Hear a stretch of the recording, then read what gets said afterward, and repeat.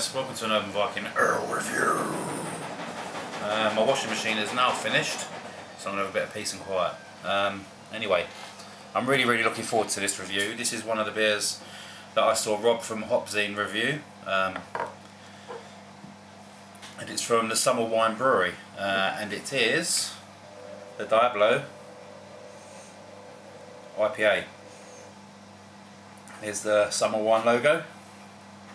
I'm really happy about these beers. This is another beer that was sent to me by Barry, Blue Lebowski. They're all from up north, and it's quite hard for me to get being down here in the southwest, so you know, so we've got a nice little beer trade going. I'm sending him local brews and he's sending me local brews, and this is the best way for me to really get hold of them.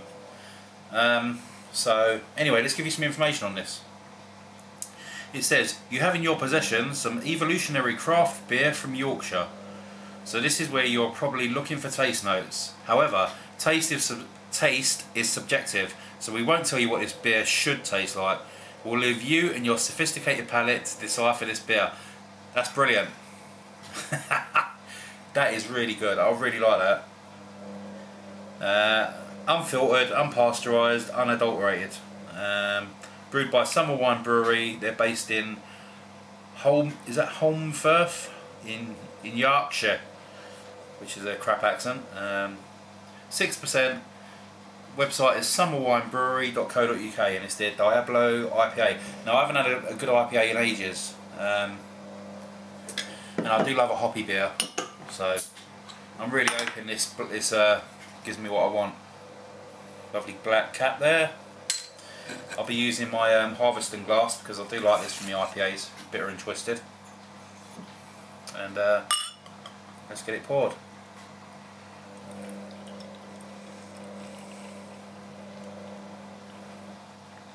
Okay, still a tiny bit left. I want to make sure I get enough from my nose to get in there. Typical sort of IPA colour. A very slight sort of mist. It has been in the fridge for a while, but about an hour. Because you know when you have an IPA, it's best to have them chilled. Tiny little head on it. So let's give it a nose. That's what I like to smell.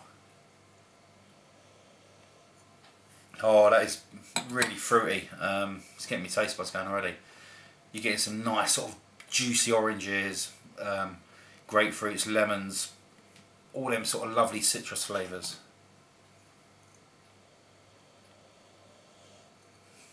Oh, lovely and sweet as well. Really nice sort of sweet juicy flavours.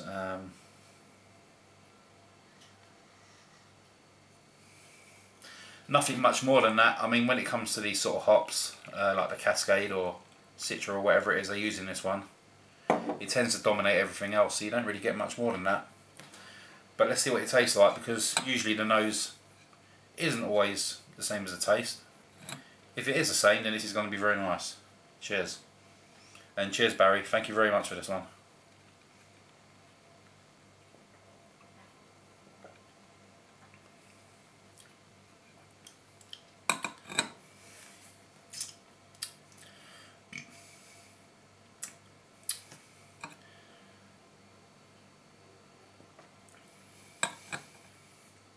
That's nice.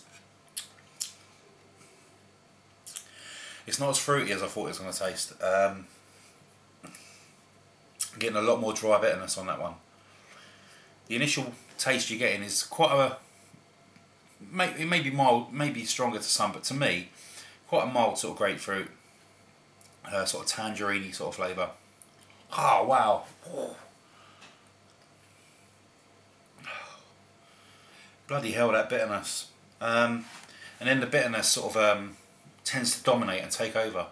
So you get these really big bitter notes which sit on your tongue, and like you've just seen, they build and build and build, and they're just like, you know, scratching away at your tongue, proper grabbing hold of it and not letting go. And it's a really dry bitterness as well, which I really like, and it just makes you want to go, sod that, let's have some more.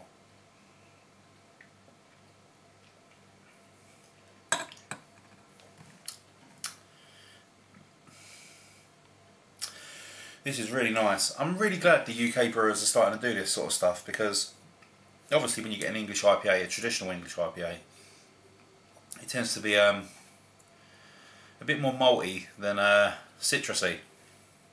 But these new sort of styles, like the American hops, Cascade. I don't know if Citra's is Citra a US hop? I don't know. But you know, they give it all these sort of lovely, piney, grapefruity flavours, which I really, really love. But wow, the bitterness on this one is incredible. It's really, really strong. I mean, I've had a few strong IPAs in my time. I've had the Colonel, the Odell's, Great Divide.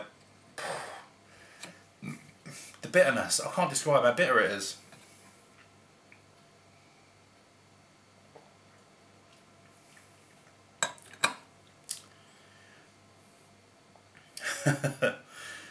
It's really nice. It's not. If you're looking for something that's a lot of really fruit, if you've had an Odell's IPA, you'll know it's got a lot of grapefruit and a lot of nice sweetness as well. If you like that sort of IPA, maybe this isn't the best one for you. But if you like your bitterness, man, this is a bitter bomb. This one,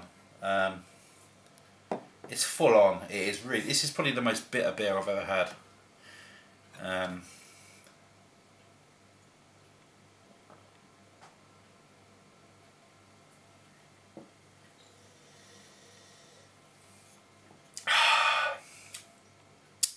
But it's really, really nice as well.